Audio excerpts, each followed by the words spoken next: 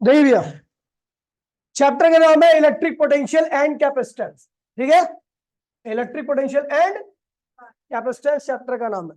ठीक है भैया, खैर इस चैप्टर को अभी नहीं पढ़ रहे, इसके बेसिक पॉइंट टॉपिक जो है वो पहले उसको पढ़ते हैं। ठीक है, सबसे पहला जो टॉपिक है भैया वो पोटेंशियल एनर्जी है। क्या है? अब इसका एक और नाम है इंटरेक्शनल एनर्जी, क्योंकि इस नाम से आप इसको आसानी से समझ पाओगे। ठीक है, पोटेंशियल एनर्जी का एक और नाम होता है, क्या नाम होता है? Interaction energy. इंटरेक्शन का मतलब होता है अट्रैक्शन और रिपल्शन। जहां पर अट्रैक्शन और रिपल्शन होता है वहां पर इंटरेक्शन होता है, जहां पर अट्रैक्शन रिपल्शन नहीं होता वहां पर इंटरेक्शन की वैल्यू क्या होती है? जीरो होती है।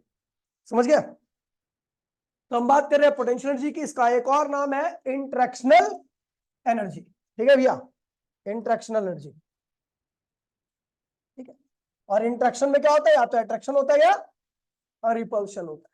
ठीक है, अब देखिए, अब पोटेंशियल एनर्जी आती कब है? और एक बात और ध्यान रखना, यदि दो सिस्टम के बीच में किसी प्रकार का अट्रैक्शन और रिपल्शन हो रहा होगा तो इसका मतलब उनके पास क्या है? पोटेंशियल एनर्जी है। और अगर उनके बीच में किसी प्रकार का अट्रैक्शन रिपल्शन नहीं है तो पोटेंशियल एनर्जी की वैल्यू क्या है? जीरो। जैसे मान लीजिए मैं यहां पर ये मार्कर ऐसे छोड़ दूं तो धरती इसको क्या करेगी? अपनी तरफ तो अट्रैक्ट कर लेगी। इसका मतलब धरती अगर अट्रैक्ट कर रही है तो धरती और इसके बीच में पोटेंशियल एनर्जी होगी, जिसको आप जानते हो mgh होता है। क्या होता है? mgh। इसको स्पेस में ले जाओ, स्पेस में ले जाने, अच्छा ये जब जब धरती पे गिर जाएगी तो क्या उसके बाद भी गिरती है? धरती पे गिरने के बाद भी अंदर घुस जाती है क्या? इसका मतलब वो धरती पे जाकर के क्या होगी? जितनी एनर्जी थी सब क्या होगी? खत्म होगी। जब एनर्जी खत्म होगी तो चीज क्या होगी? रुक गई। यानी अब धरती और इसके बीच में कोई इंटरेक्शन नहीं है, क्योंकि जमीन पे गिरने के बाद धरती और इसके बीच में कोई इंटरेक्शन नहीं होगा, वहां पर पोटेंशियल एनर्जी की वैल्यू क्या होगी? जीरो। जहां पर इंटरेक्शन होगा, इंटरेक्शन बोलो तो अट्रैक्शन, और वहां पर एनर्जी होगी। कौन सी एनर्जी? और जहां पर अट्रैक्शन रिपल्शन नहीं हो रहा वहां पर एनर्जी की वैल्यू क्या होगी? जीरो होगी। जहां पर, समझ गए, जैसे दो चार्ज एक दूसरे को अट्रैक्ट भी करते हैं, रिपेल भी करते हैं, तो इसका मतलब उनके बीच में पोटेंशियल एनर्जी होती है। लेकिन जब बहुत दूर रख देते हो आप उन दो चार्जों को तो उनके बीच में अट्रैक्शन रिपल्शन क्या होता है? खत्म हो जाता है। ना तो अट्रैक्ट करते हैं ना ही रिपेल करते हैं, तो इसके बीच में उनकी पोटेंशियल एनर्जी क्या होगी? जीरो होगी।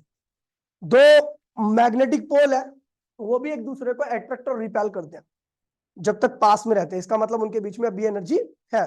लेकिन जब आप बहुत ज्यादा डिस्टेंस पर रख देते हो तो उनके बीच में सारा इंटरेक्शन क्या होता है? खत्म हो जाता है, यानी पोटेंशियल एनर्जी क्या होगी? जीरो आती है। समझ गए?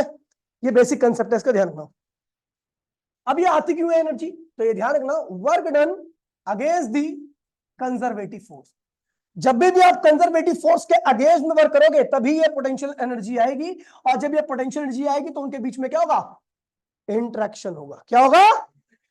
कोई दिक्कत तो नहीं भैया? अब बात करते भैया कंजर्वेटिव फोर्स क्या होता है। तो मैं मान के चलता हूं कि आपको कंजर्वेटिव फोर्स नहीं मालूम, आप गधे हो। ठीक है, कंजर्वेटिव फोर्स के बारे में बात कर लेते तो क्या होता है? जिस फोर्स के द्वारा किया गया वर्क डन पाथ पे डिपेंड, जिस फोर्स के द्वारा वो किया गया वर्क डन पाथ पे डिपेंड नहीं करता, ऐसे फोर्स को हम क्या कहते हैं भैया? Conservative force. समझिए जरा, मान लीजिए मुझे यहां से यहां पे जाना है, ए से कहां पे जाना है? बी पर, और उनके बीच में दूरी क्या है? एच है। आपको याद होगा, मैं इस रास्ते से ले जाऊं इसको, ऐसा रास्ता है आपका, ए से बी ले आने का रास्ता ये है, रास्ता न path number first, path number first है। फिर ए से बी ले आने का रास्ता एक ये है,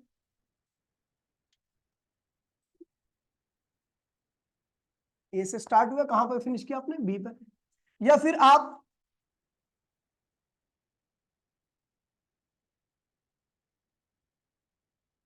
ए से आपने स्टार्ट किया, कहां फिनिश किया आपने? बी पर। तो आप देख रहे हो भैया कि ये तीनों रास्ते क्या है? अलग अलग नेचर के हैं, तीनों रास्तों की लंबाई भी अलग अलग है, लेकिन इनिशियल और फाइनल स्टेट तीनों केस में क्या है? सेम है। तो यदि आपने ऊपर जाते वक्त कंजर्वेटिव फोर्स का यहां पे इस्तेमाल किया, यहां पर भी उसी कंजर्वेटिव फोर्स का इस्तेमाल किया, और यहां पर भी उसी कंजर्वेटिव फोर्स का इस्तेमाल किया, वेयर एफ क्या है भैया? कंजर्वेटिव। एफ क्या है? Conservative force. और यदि आपने तीनों केस में कंजर्वेटिव फोर्स का इस्तेमाल किया तो आपको बता दूं, इस केस में जो W1 वर्क होगा, इस केस में जो W2 वर्क होगा, और इस केस में जो W3 वर्क होगा, वो तीनों ही वर्क क्या होंगे, W1 बराबर में W2 बराबर में W3। क्योंकि भैया हमने जिस वर्क का, इस फोर्स का इस्तेमाल किया, वो किस नेचर का है, कंजर्वेटिव नेचर का। और कंजर्वेटिव नेचर के होने की वजह से तीनों केस की स्टेट क्या है, सेम है। रास्ते बेशक अलग है, लेकिन तीनों केस की स्टेट क्या, ए से बी, ए से बी, ए से बी। तो इसलिए तीनों केस में हमने कंजर्वेटिव का इस्तेमाल किया। और कंजर्वेटिव फोर्स के थ्रू जो वर्क होता है वो केवल स्टेट पे डिपेंड करता है, इनिशियल और फाइनल स्टेट पे, ना कि बीच के रास्ते पे। रास्ता का नेचर कैसा भी हो, छोटा हो बड़ा हो, अगर आपकी इनिशियल स्टेट और फाइनल स्टेट बराबर होंगी तो वर्क तीनों केस में क्या आएगा, सेम आएगा। क्या आएगा, वही लिखा हुआ भैया, जिस फोर्स के द्वारा किया गया वर्क डन पाथ पे नहीं डिपेंड करता, किस पे डिपेंड करता है, इनिशियल और फाइनल स्टेट पे, तो उस फोर्स को हम क्या कहते हैं भैया, कंजर्वेटिव फोर्स कहते हैं। अगला कह रहे हैं भैया, राउंड ट्रिप में वर्क डन, राउंड ट्रिप और क्लोज साइकिल, राउंड ट्रिप और राणा भाई नमस्ते भाई, बाद में ठीक है, चलो ठीक है। राउंड ट्रिप में और क्लोज साइकिल में वर्क डन क्या होता है भैया, कंजर्वेटिव फोर्स के थ्रू क्या होता है भैया, जीरो होता है। क्या होता है, राउंड ट्रिप का मतलब समझिए, ठीक है। राउंड ट्रिप का मतलब होता है कि आप जहां से गए हो वहीं पे वापसी आ गए, यानी इनिशियल बराबर में फाइनल स्टेट। और आपको एक बात बता दूं, अगर मैं फिजिक्स की बात करता हूं और मेरी स्टेट सेम रहती है तो मेरी एनर्जी भी क्या रहेगी, हमेशा सेम रहेगी। क्या रहेगी, मैं ए पॉइंट पर हूं, मेरे पास 50 जूल एनर्जी, आप मैं कहीं से चल करके ए पॉइंट पर वापस आ गया तो मेरे पास एनर्जी क्या रहेगी, 50 जूल ही रहेगी।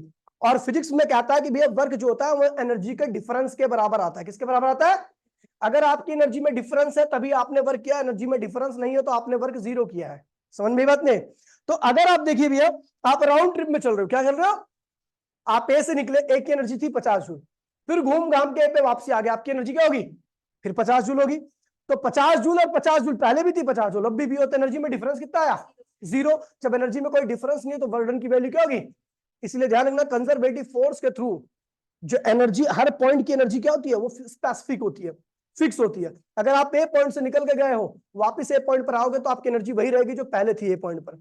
अब एनर्जी में कोई चेंज नहीं आ रहा उसी पॉइंट पर आने की वजह से, जब एनर्जी में चेंज नहीं है तो वर्क डन की वैल्यू क्या होगी, जीरो। इसलिए राउंड ट्रिप में आपकी पॉइंट, आपकी स्टेट हमेशा क्या होती है, एक जैसी रहती है, एनर्जी में किसी प्रकार का कोई डिफरेंस नहीं आता और वर्क डन क्या होता है, जीरो होता है।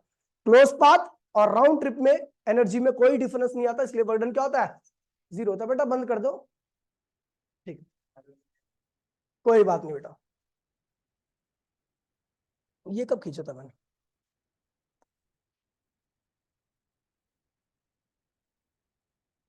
ठीक है, समझ गए भैया। तो ध्यान रखना, कंजर्वेटिव फोर्स के थ्रू जो बर्डन होता है क्लोज साइकिल में, राउंड ट्रिप में बर्डन की वैल्यू क्या आती है, जीरो आती है। क्या आती है, जीरो आती है। कौन है,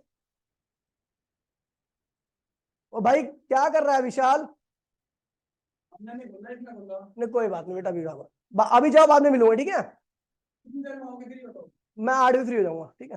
हाँ, अब यार क्लास छोड़ के आ जाऊंगा, मान कर भाई प्लीज, प्लीज मान कर भाई प्लीज यार, अभी आ जाऊंगा, ठीक है, ठीक है। अब देखिए बेटा, अगला ये बहुत इंपॉर्टेंट पॉइंट है, ठीक है। कह रहा है potential energy per unit length, क्या रहा है, पोटेंशियल, ये कंजर्वेटिव फोर्स के बारे में बता रहा हूं जो कि अभी इस चैप्टर में नहीं है, लेकिन आपको पता होना जरूरी है क्योंकि आगे की चीजें बहुत आसान हो जाएंगी आपके लिए। Potential energy per unit length और potential energy gradient is always equals to conservative force. पता है समझ रहे हैं, potential energy per unit length या पोटेंशियल एनर्जी ग्रेडियंट, दोनों चीज एक होती है। अच्छा, ग्रेडियंट का मतलब समझ लो।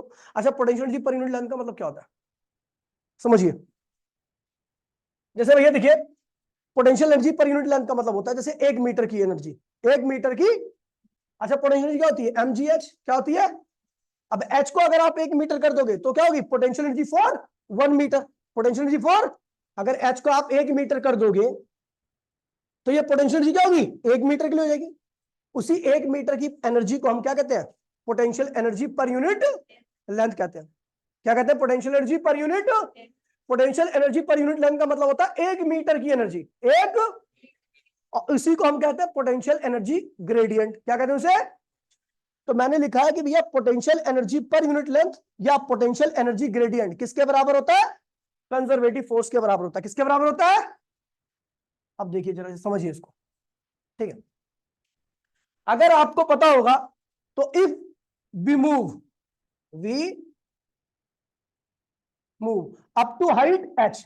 अगर हम h हाइट तक जाते हैं किसी चीज को, हम h हाइट तक, मान लीजिए हमारा मास m है और हम h हाइट तक चले, ऊपर की तरफ गए, तो हमारे पास एनर्जी कितनी होगी? mgh, ये तो होगी। अगर आपका मास m है और आप h हाइट तक ऊपर गए तो आपके अंदर एनर्जी कितनी आएगी? mgh रहेगी। क्या रहेगी? लेकिन अगर ये h मीटर की हाइट, h मीटर पे गए तो एनर्जी कितनी आई? mgh। लेकिन अगर हम 1 मीटर पे गए तो क्या होगा? mgh अपॉन में h। क्या होगी? इस h से ये h क्या हुआ? तो क्या बचा? mg क्या होता है? कंजर्वेटिव फोर्स होता है। क्या होता है? तो ये देखिए, हमने देखा भैया पोटेंशियल एनर्जी फॉर 1 मीटर। देखिए mg क्या है? mgh क्या है? Potential energy for h metre. h metre के लिए जो पोटेंशियल एनर्जी रहेगी वो क्या होगी? 1 मीटर की जो होगी mg होगी। और mg क्या होता है? ग्रेविटी होती है या वेट होता है? और ग्रेविटी और वेट क्या होता है? कंजर्वेटिव होता है। क्या होता है? तो मैंने वही बोला भैया कि potential energy per unit length या पोटेंशियल एनर्जी ग्रेडियंट हमेशा किसके बराबर होता है? कहने का मतलब है कि भैया 1 मीटर की जो पोटेंशियल एनर्जी रहेगी वो किसके बराबर रहेगी? कंजर्वेटिव फोर्स के। चलो देखते हैं। तो हम जानते हैं भैया h मीटर की जो एनर्जी रहेगी वो क्या होगी? mgh। तो 1 मीटर की क्या होगी? mg। क्या होगी? mg। ये क्या हो गया? वेट। वेट बोले ग्रेविटी, ग्रेविटी बोले तो ग्रेविटेशनल फोर्स। और ग्रेविटेशनल फोर्स किस नेचर का होता है? यानी फॉर 1 मीटर पोटेंशियल एनर्जी हमेशा किसके बराबर होती है? कंजर्वेटिव फोर्स के। किसके बराबर होती है? आगे सुनिए भैया, समझ गया? अब कुछ एग्जांपल है, example of conservative force. Magnetic force, magnetic force में अट्रैक्शन और रिपल्शन दोनों होता है, यानी दोनों क्या है? ये कंजर्वेटिव फोर्स है। क्या है ये? और आपको पता है अट्रैक्शन और रिपल्शन फोर्स है, और फोर्स कौन लगाता है? जिसके पास एनर्जी होती है। जिसके पास, अगर दो मैग्नेट्स के बीच में, अभी बताया मैंने आपको, दो मैग्नेट्स के बीच में अट्रैक्शन है तो इसका मतलब उनके पास क्या होगी? कौन सी एनर्जी? पोटेंशियल एनर्जी, क्योंकि इंट्रैक्शन हो रहा है। ये मैंने इसको छोड़ा, मैंने बताया ये धरती की तरफ गिर जाएगा, धरती ने इसको अट्रैक्ट किया, यानी इनके बीच में क्या इंट्रैक्शन है, यानी इनके बीच में भी क्या होगी? एनर्जी होगी। कौन सी एनर्जी? दो चार्ज को, लाइक चार्ज को पास में लाते हुए एक दूसरे को रिपेल करते हैं। क्या करते हैं? दो लाइक चार्जों को पास में लाएंगे, वो फिर भी एक दूसरे को क्या करते हैं? रिपेल करते हैं। रिपेल कर रहे हैं यानी उनके बीच में क्या हो रहा है? इंट्रैक्शन है, यानी उनके पास भी क्या है? Potential energy. समझ गए भैया? इस चीज को ध्यान रखना, जहां पर भी इंट्रैक्शन, इंट्रैक्शन बोलता है अट्रैक्शन, या अपने आप लगे, आप नहीं लगाओ। जैसे मैग्नेट्स सेम पोल्स क्या करते हैं? एक दूसरे को रिपेल करते हैं। आप थोड़ा रिपेल कर रहे हो, खुद कर रिपेल कर रहे हैं। जहां पर ये फोर्स अट्रैक्टिव और रिपल्सिव फोर्स खुद आए, अपने आप अराइज हो, उसी केस में क्या होती है? एनर्जी होती है। समझ गए? आप जो चला रहे हो वो एनर्जी नहीं है उस सिस्टम की, जो सिस्टम खुद लगाता है, अट्रैक्शन और रिपल्शन क्रिएट करता है, वही क्या होती है? उसकी एनर्जी के बराबर, उसी की, इसकी एनर्जी की वजह से आता है। किसकी एनर्जी की वजह से? सिस्टम की एनर्जी की वजह से। समझ गए? अब देखिए इलेक्ट्रिक फोर्स भी आ गया तो भैया अट्रैक्शन रिपल्शन होता है, यानी यहां पर भी क्या होगा? ये भी कंजर्वेटिव फोर्स है। ठीक है? और ये क्या? इलेक्ट्रिक, हाँ, इलास्टिक फोर्स और स्प्रिंग फोर्स, ये भी क्या है भैया? कंजर्वेटिव फोर्स का एग्जांपल है। और ग्रेविटेशनल फोर्स भी क्या है भैया? कंजर्वेटिव फोर्स का एग्जांपल है। ग्रेविटेशनल फोर्स या ग्रेविटी, या नॉर्मली आप क्या कह सकते हो उसको? वेट। क्या कह सकते हो? समझ गया भैया? अब देखिए एक एग्जांपल, यहाँ पे मैंने कुछ डायग्राम्स बना रखे हैं आपकी सहूलियत के लिए। जब आप चीज को ऊपर उठाते हो, क्या करते हो? ऊपर उठा रहे हैं, वर्क डन अगेंस्ट दी, देखिए ग्रेविटी नीचे लग रहा है, ग्रेविटी क्या है? आप ऊपर उठा रहे हो, यानी वर्क डन किसके अगेंस्ट में कर रहे हो? कंजर्वेटिव फोर्स के। और जब आप कंजर्वेटिव फोर्स के अगेंस्ट में करोगे तो इसके अंदर क्या आएगी? एनर्जी। क्या आएगी? एनर्जी आएगी। कौन सी एनर्जी आएगी? mgx। अगर आप x हाइट तक ले गए जमीन को, ठीक है भैया, x क्या है? x क्या है? जमीन से सेपरेशन किसका? बॉडी का। आप जितना ज्यादा ले जाओगे ऊपर, उतना ज्यादा आप वर्क करोगे, उतनी ज्यादा एनर्जी आएगी सिस्टम में, और उतनी ही तेजी से क्या वो जमीन की तरफ आएगा। समझ गया? जमीन उतनी तेजी से उसको क्या करेगी? अपनी तरफ खींचेगी। समझ गया भैया?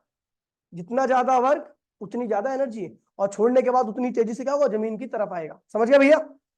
अच्छा, स्प्रिंग को आप बाहर खींचते हो, स्प्रिंग को बाहर खींचते हो, और स्प्रिंग फोर्स कहां लग रहा है? अंदर की तरफ। स्प्रिंग फोर्स कैसा नेचर का होता है? कंजर्वेटिव फोर्स होता है। क्या होता है? यानी आप यहाँ पे जो फोर्स लगा रहे हो, यानी जो वर्क कर रहे हो, वो किसके अगेंस्ट में कर रहे हो? यानी जो आप वर्क करोगे किसकी फॉर्म में आएगा? एनर्जी की फॉर्म में। किसकी फॉर्म में आएगा? और वो एनर्जी क्या रहेगी? हाफ के एक्स स्क्वायर। अगर आपको 11th क्लास में याद है, हाँ, ये कहते हैं भैया इलास्टिक पोटेंशियल एनर्जी। इसको क्या कहते हैं भैया? इसकी वैल्यू होती है हाफ के एक्स स्क्वायर। ये कब आती है? जब आप स्प्रिंग फोर्स के अगेंस्ट में वर्क करते हो। स्प्रिंग फोर्स को बाहर खींचोगे, स्प्रिंग को बाहर खींचोगे तो फोर्स क्या लगेगा? अंदर लगेगा। स्प्रिंग को अंदर दबाओगे तो फोर्स क्या लगेगा?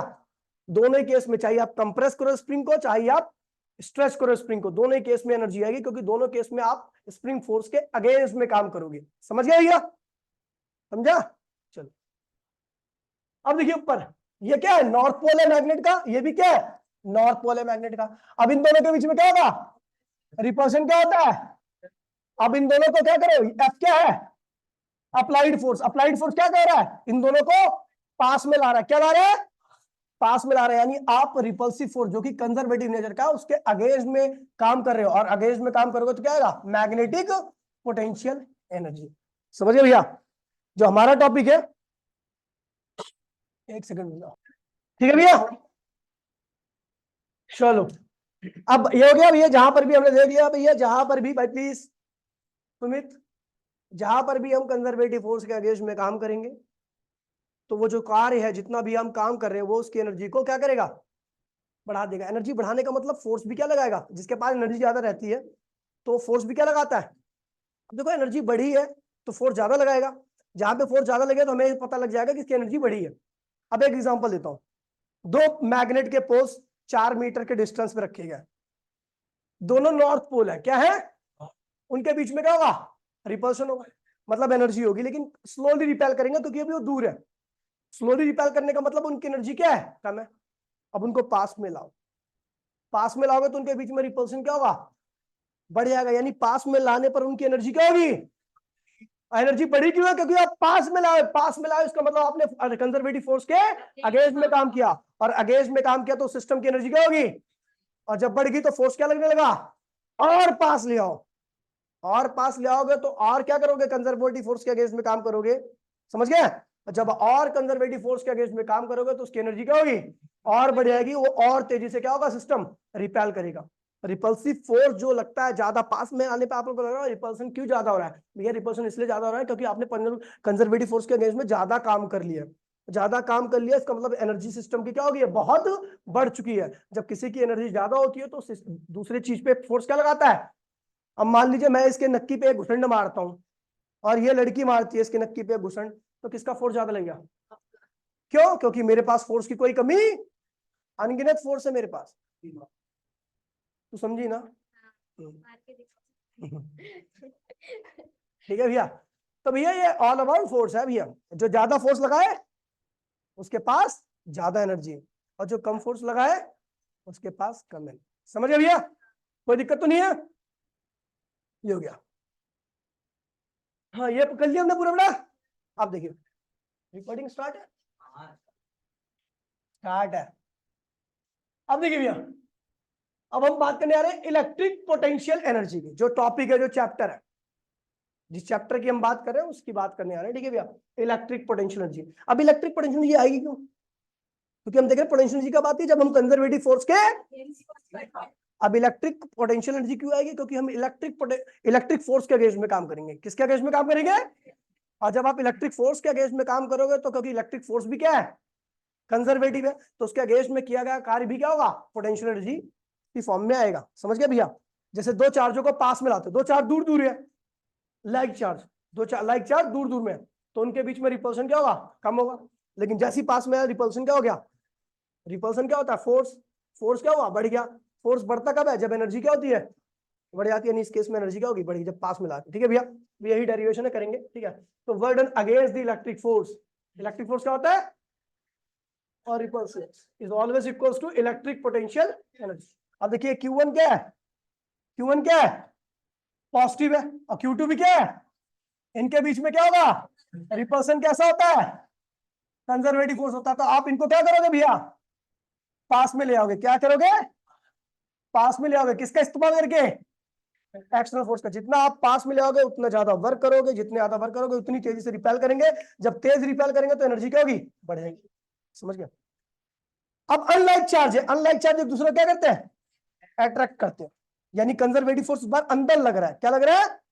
और अगर आप इसके अगेंस्ट में वर्क करोगे तभी इसकी एनर्जी बढ़ेगी। तो अगेंस्ट में वर्क करने का मतलब आप इसको कहां ले आओ? दूर ले जाओ। जब दूर ले आओगे तो एक्सटर्नल फोर्स कहां लगेगा? बाहर काम करेगा। जब ये बाहर काम करेगा तो इस बार कंजर्वेटिव फोर्स कहाँ लग रहा है? अंदर की तरफ, इन दोनों को पास में ला रहा है, और हम एक्सटर्नल फोर्स लगा करके क्या कर रहे हैं? दूर ले आ रहे हैं। तो जब दूर ले आओगे तो इस बार कंजर्वेटिव फोर्स के अगेंस्ट में काम हो रहा है दोबारा से, तो इस सिस्टम की एनर्जी फिर क्या होगी? यानी अगर आप लाइट,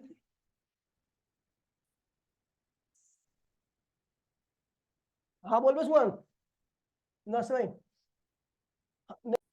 समझ गया भैया? मेरी बात सुन रही? तो भैया यहाँ पर क्या, दोनों चार्ज एक दूसरे को अट्रैक्ट कर रहे हैं, क्या कर रहे हैं? यानी कंजर्वेटिव फोर्स कहाँ लग रहा है? अंदर। तो आपको वर्क कहाँ करना पड़ेगा?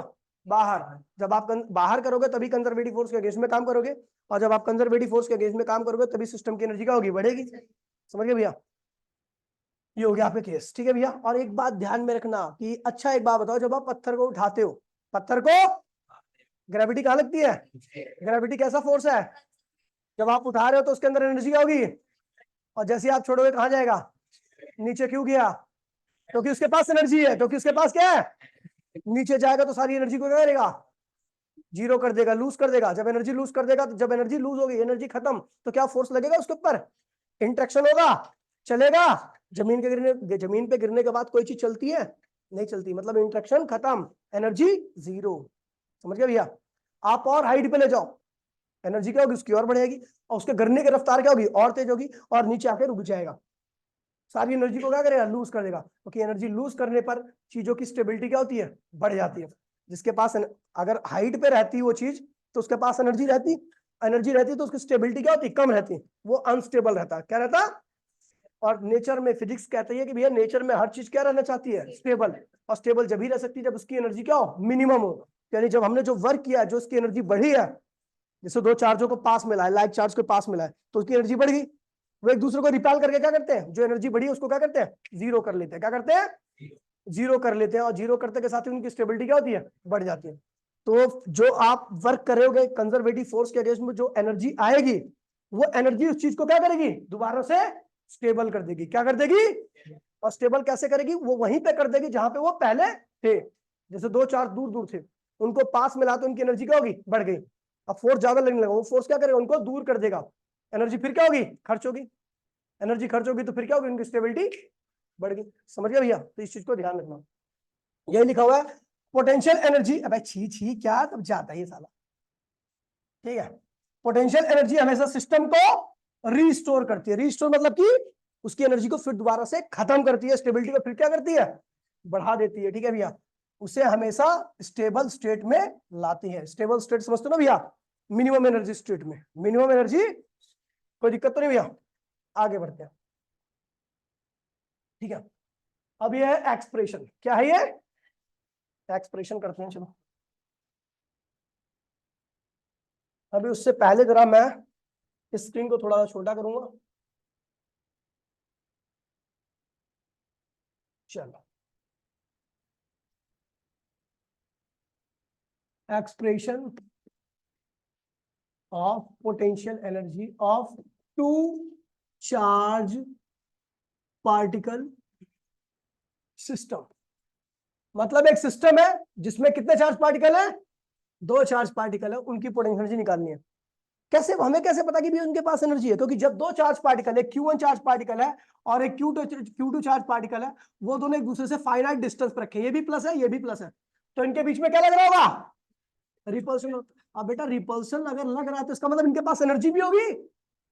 एनर्जी, रिपल्सन लग रहा है, रिपल्सन, रिपल्सन हो रहा है, रिपल्शन हो रहा है। इसका मतलब है, इसका मतलब है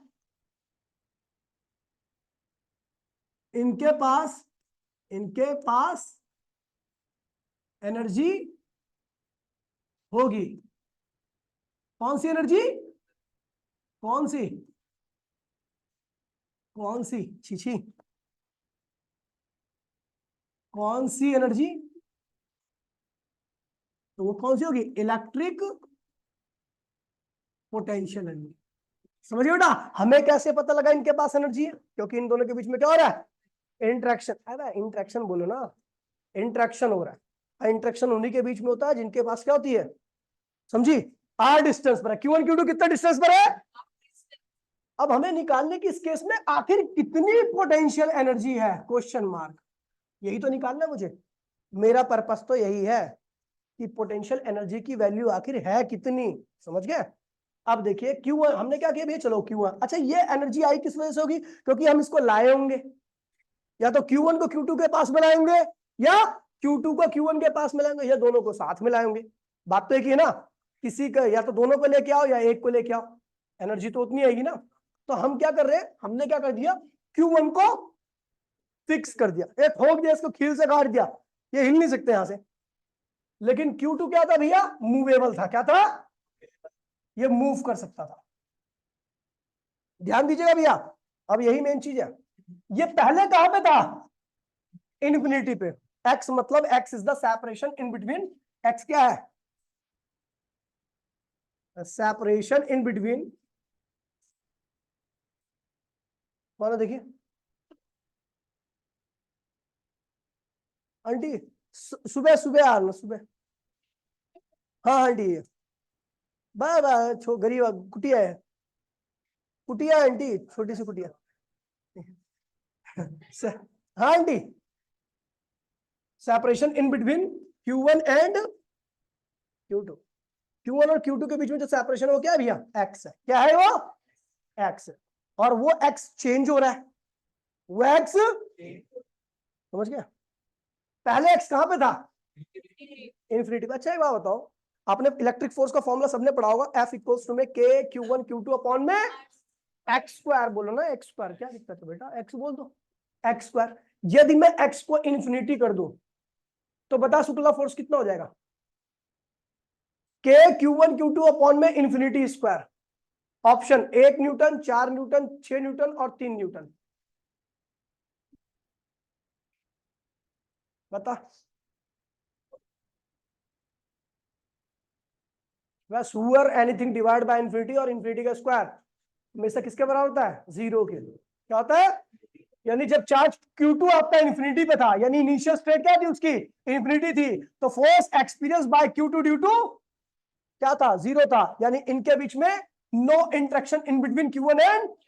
और जब इंटरेक्शन नहीं है, जब फोर्स नहीं लग रहा, तो फोर्स कौन नहीं लगाता, मुर्दा नहीं लगाता, मुर्दा फोर्स नहीं लगाता, क्योंकि मुर्दे के पास एनर्जी, समझ गए भैया, तो इस केस में कोई एनर्जी नहीं है, there is no potential energy, समझ गए भैया, ये यहां पे था, तू समझा, खोया हुआ है तू, वापिस आ जा, नहीं नहीं, ठीक है भैया, चलो समझ गए भैया, समझ गया। Q2 जब आपका इन्फिनिटी पर था तो there is no interaction in between Q1 and Q2, force 0 है, Q2 के ऊपर किसी प्रकार का कोई फोर्स नहीं लग रहा। जब फोर्स नहीं लगता, तो जो फोर्स नहीं लगाता इसका मतलब ये Q1 Q2 का सिस्टम क्या, मुर्दा है, क्या है, ठीक है चलो। फिर हमने क्या किया भैया, ये पॉजिटिव चार्ज पार्टिकल है और ये भी क्या है भैया, पॉजिटिव चार्ज पार्टिकल। अब पॉजिटिव पॉजिटिव से कितना भी दूर हो, लेकिन अपने आप पास नहीं आ सकता, नहीं आ सकता ना पास, तो इसके ऊपर हमें वर्क करना पड़ेगा इसको पास में ले आने के लिए। क्यों अपने आप नहीं पा सकता, क्योंकि कितना भी दूर है इनके बीच में कुछ ना कुछ माइन्यूट सा रिपल्सिव फोर्स होगा, और वो रिपल्सिव फोर्स Q2 को अपने आप Q1 के पास में नहीं आने देगा। तो हमने कांस्टेंट स्पीड इख्तियार की, यहां पर थोड़ा सा इसको ऐसा लात मार दिया खींच के, और ये कांस्टेंट स्पीड से चलने लगा, फोर्स लगा दिया इसके ऊपर। कौन सा फोर्स लगाया, एक्सटर्नल फोर्स। क्या लगाया, एक्सटर्नल फोर्स। मैं लेफ्ट में लगा रहा हूं क्योंकि राइट में क्या लग रहा है, रिपल्सिव फोर्स क्या है, कंजर्वेटिव नेचर का। कंजर्वेटिव नेचर के अगेंस्ट में मैं काम कर रहा हूं, इसलिए सिस्टम की एनर्जी क्या होगी, धीरे धीरे बढ़ेगी। क्या होगी, मेरी बात को समझ में आ रहा है। तो भैया जब हम इसको इधर, इस पे इधर फोर्स लगाएंगे, कौन सा फोर्स लगा रहे हैं, एक्सटर्नल फोर्स। कौन सा लगा रहे हैं, एक्सटर्नल फोर्स, ठीक है भैया। तो इसकी एनर्जी धीरे धीरे क्या होगी, बढ़ेगी। अभी कहां पे था, इन्फिनिटी पे लेके कहां पे आ गया, यहां से लेता हुआ कहां पे आ गया, इससे Q1 से x डिस्टेंस पर। कितने डिस्टेंस पे ले आया मैं, x, यहां पर कुछ भी x की वैल्यू हो सकती है, कोई दिक्कत नहीं है। अब x की वैल्यू वेरिएबल है, पहले इन्फिनिटी था, अभी x कुछ भी हो सकता है, समझा।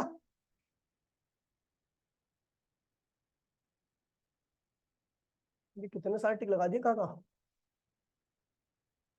ये वाला कब मिटेगा, यहां से मिट रहा है क्या, अच्छा छोड़ो, ये रहने दो गोला, ठीक है। तो Q2 यहाँ पे आ गया, कितनी दूरी पर है Q1 से, ये इस वक्त एक्स, पहले कहां पे था, इन्फिनिटी पर। जब ये एक्स पर पहुंचा तो Q1 और Q2 के बीच में कितना फोर्स लग रहा होगा, के Q1 Q2 अपॉन में, ये कैसा फोर्स है, रिपल्सिव है, इलेक्ट्रोस्टैटिक फोर्स है। इलेक्ट्रोस्टैटिक फोर्स किस नेचर का होता है, ठीक है। तो आपका फोर्स जो लग रहा है, ये वाला फोर्स जो लग रहा है, वो कहां लग रहा है, राइट में। कहां लग रहा है, राइट में। आपको अप्लाइड फोर्स कहां लगाना पड़ेगा, लेफ्ट में। कहां लगाना पड़ेगा कि आप इसका बेस में काम करो, इसका फोर्स इसके अंदर होनी चाहिए। अच्छा, ये और ध्यान रखना कि इसका एक्सेलरेशन, इस पार्टिकल का क्यों एक्सेलरेशन होना चाहिए जीरो, क्यों एक्सेलरेशन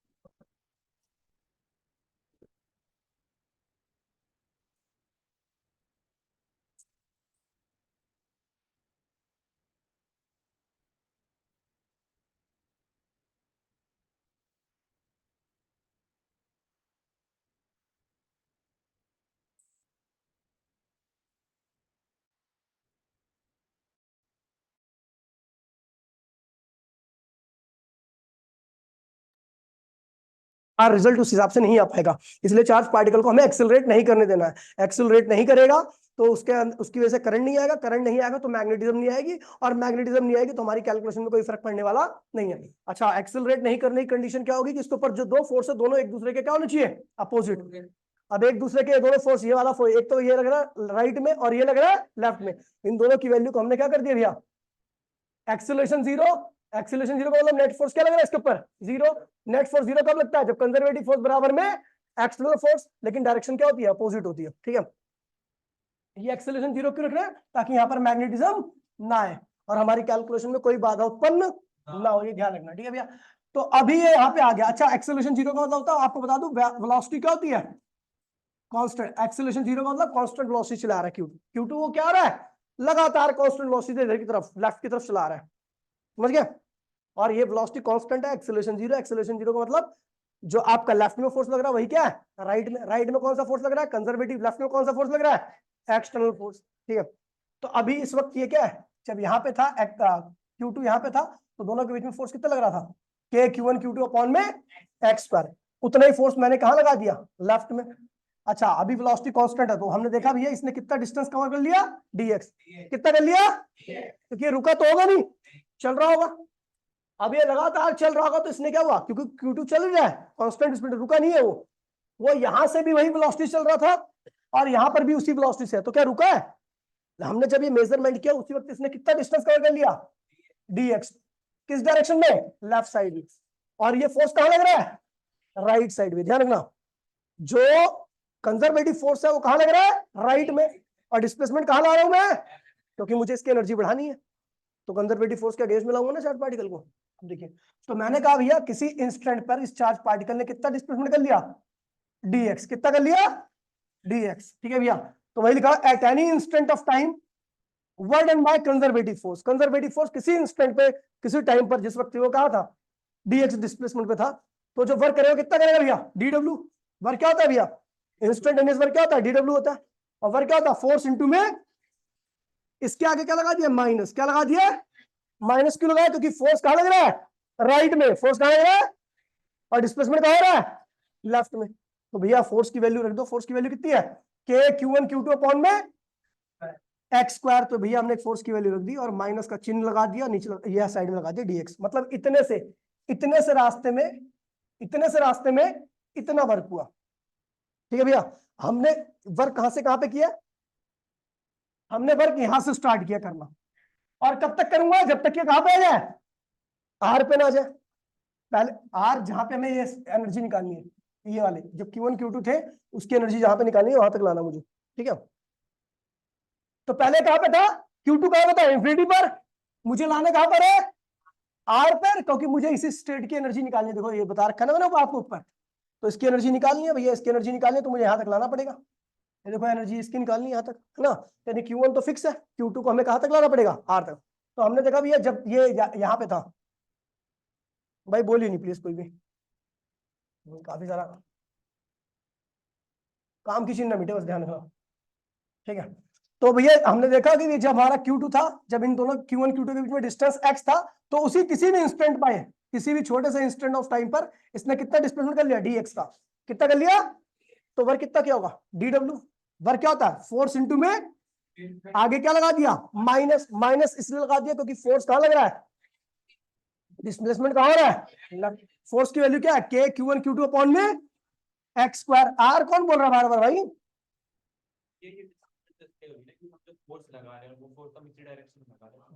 नहीं तो मैं उसकी वजह से बोल रहा हूं, जहां पर दो फोर्स लगते हैं ना, सुन लो, जहां पर दो फोर्स लगते हैं, एक फोर्स की वजह से वर्क पॉजिटिव हो रहा होता है, दूसरे की वजह से नेगेटिव हो रहा होता है। मैं किसकी बात कर रहा हूँ, इलेक्ट्रिक फोर्स की बात कर रहा हूँ। इलेक्ट्रिक फोर्स कहां लग रहा है, राइट में, और डिस्प्लेसमेंट कहां हो रहा है, तो मैं उसके अगेंस्ट की बात कर रहा हूँ। ठीक है, तो वर्क डन किसी भी इंस्टेंट पर, किसी पर्टिकुलर इंस्टेंट पर जो वर्क डन होगा और dw होगा, किसके बराबर होगा, माइनस f dx। माइनस क्या बता रहा है कि भैया फोर्स, इलेक्ट्रिक फोर्स कहां लग रहा है, राइट में, और डिस्प्लेसमेंट कहां हो रहा है, लेफ्ट। फोर्स की वैल्यू क्या है, k Q1 Q2 अपॉन में x।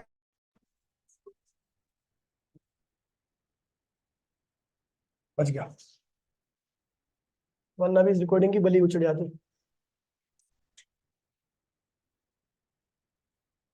ठीक है बेटा, तो हमने देखा भैया, ठीक है, तो यहां से यहां तक का वर्क डन निकाल लिया जो कंजर्वेटिव फोर्स ने किया है। ठीक है, dx का वो कितना आया, इतना आया। ठीक है, हमने कहां से कहा पे, कंजर्वेटिव फोर्स ने कहां से वर्क डन, कंजर्वेटिव फोर्स यहां से लग रहा है, और कब तक लगेगा, जब तक यहां तक लगेगा। ठीक है भैया, और यहाँ पे उल्टा बढ़ जाएगा, क्यों बढ़ जाएगा, क्योंकि एनर्जी क्या होगी है, बढ़ चुकी है। तो कितनी एनर्जी बढ़ी है, वही निकाल रहे हैं। तो भैया टोटल वर्क निकालने के लिए आप क्या करोगे, कहां से ला रहे हैं चार्ज को, इन्फिनिटी से, कहां तक लाओगे, तो dw का इंटीग्रेशन क्या होता है, dw का इंटीग्रेशन करोगे तो w का इंटीग्रेशन क्या होगा। ठीक है, ये हो जाएगा कि कॉन्स्ट, देखिए कांस्टेंट क्या है, k Q1 Q2 क्या है, कांस्टेंट में इसको क्या कर दिया बाहर, अंदर क्या बचा, dx अपॉन में, dx अपॉन में। अब देखिए x स्क्वायर को ऊपर ले आओगे तो x की पावर क्या होगा, -2 इंफिनिटी लोअर लिमिट, और फाइनल लिमिट क्या होनी चाहिए r। ठीक है भैया, x की पावर -2 का इंटीग्रेशन क्या होता है भैया, तो x की पावर -2 में एक जोड़ दो, और जो पावर आई है वही क्या करो, डिवाइड कर दो। तो भैया क्या होगा, ये ऐसे लिख दीजिए, x की पावर -2 + 1 क्या होगा, x की पावर, और नीचे क्या होगा, -2 + 1 क्या होगा, -1। ये माइनस को क्या करेगा, कैंसिल कर देगा, छी बड़ा गंदा कैंसिल किया। ये माइनस इस माइनस को क्या करेगा, कैंसिल कर देगा। तो भैया यहाँ पे क्या बचा, k Q1 Q2, और यहाँ पे क्या बचा, x की पावर क्या है, नेगेटिव है, तो उसको पॉजिटिव करने के लिए क्या करो, नीचे ले आओ। एक बार x की वैल्यू को क्या करो, r से रिप्लेस करो, फिर बीच में लगाओ माइनस। एक बार x की वैल्यू को किससे रिप्लेस करो, तो आपको कुछ ये सीन से पार्ट आएगा, एनीथिंग डिवाइड बाय इन्फिनिटी क्या होता है भैया, 0। ये पूरी चीज क्या होगी, 0। तो यहाँ पे क्या बचा, केवल 1 बाय में r, इसको मल्टीप्लाई करो, that is the work done. इतना Q1 को, सॉरी Q2 को इंफिनिटी से Q1 के पास में लाने तक इतना वर्क हुआ, और जितना वर्क होगा वही क्या होगा, एनर्जी के बराबर होगा। तो यही क्या हो गया भैया, पोटेंशियल एनर्जी का formula, that is the electric potential energy. आप आर और कम करोगे, आपको और वर्क करना पड़ेगा,